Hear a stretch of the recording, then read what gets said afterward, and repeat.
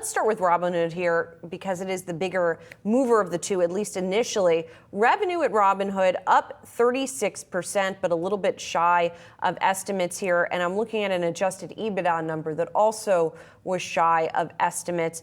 What do you think was sort of responsible here maybe for the shortfall? Because coming into the quarter, it looks like expectations were pretty good. Yeah, hey, Julie. So they actually came in line with us. So we were a little bit below the street. It was below on both Robinhood and Coinbase, but nothing really too complicated.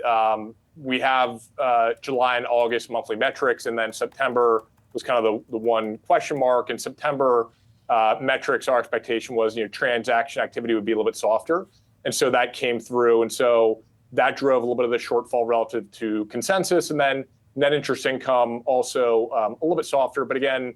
These are things we pretty much modeled, no major surprise to us. And I think the bigger picture here is their assets, customer assets are up about 50% from the beginning of the year. So when you zoom out, we feel really good about the direction of the company. The September metrics were a little bit soft, and we expected it, and that's what happened.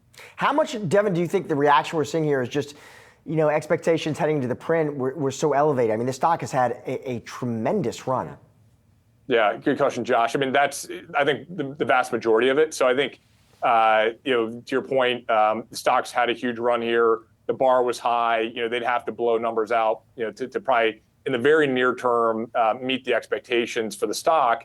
That being said, now we have a little bit of a pullback. I would look at this as an opportunity because the reality is the underlying kind of asset gathering that's happening at the company, the business momentum is still incredibly strong. Month to month, trading activity is going to be up a little bit. It's going to be down a little bit. September, as I mentioned, was a little bit soft, which I had modeled. But that doesn't really speak to the momentum in the business, which is gathering deposits, growing retirement assets, really growing all facets of the business, which is why assets are up 50% from the beginning of the year, way more than the broader market. Hey, Devin, I want to get your take on this new presidential election market offering that Robinhood added. And as you say, really the building of the business.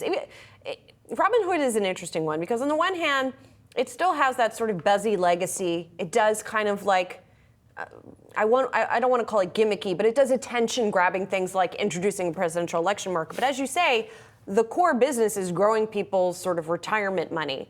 So how do you think about those sort of more attention-grabbing offerings with relation to that core business? Yeah, I think they want to have everything, right? So they started the firm, and a lot of their initial customers were first-time investors, and those are still a lot of their customers today. But as the business has evolved, they've then gone after active traders, and now they're making a huge push, especially with their unveiled kind of new offerings over the past couple of weeks, where that's a big target market for them. And so you think about some of these other offerings like the election trading, I think that resonates with a small sliver of potential investors, but if it resonates with some, they want to provide access to it. And so that's when I think about what Robinhood is building, they're providing access to all things in financial markets, on the trading side, and then over time evolving the platform to be able to really help customers with a lot more of their financial service needs, whether it's credit cards or cash management, or over time, I expect there's going to be many other features that they add here that are complementary to that.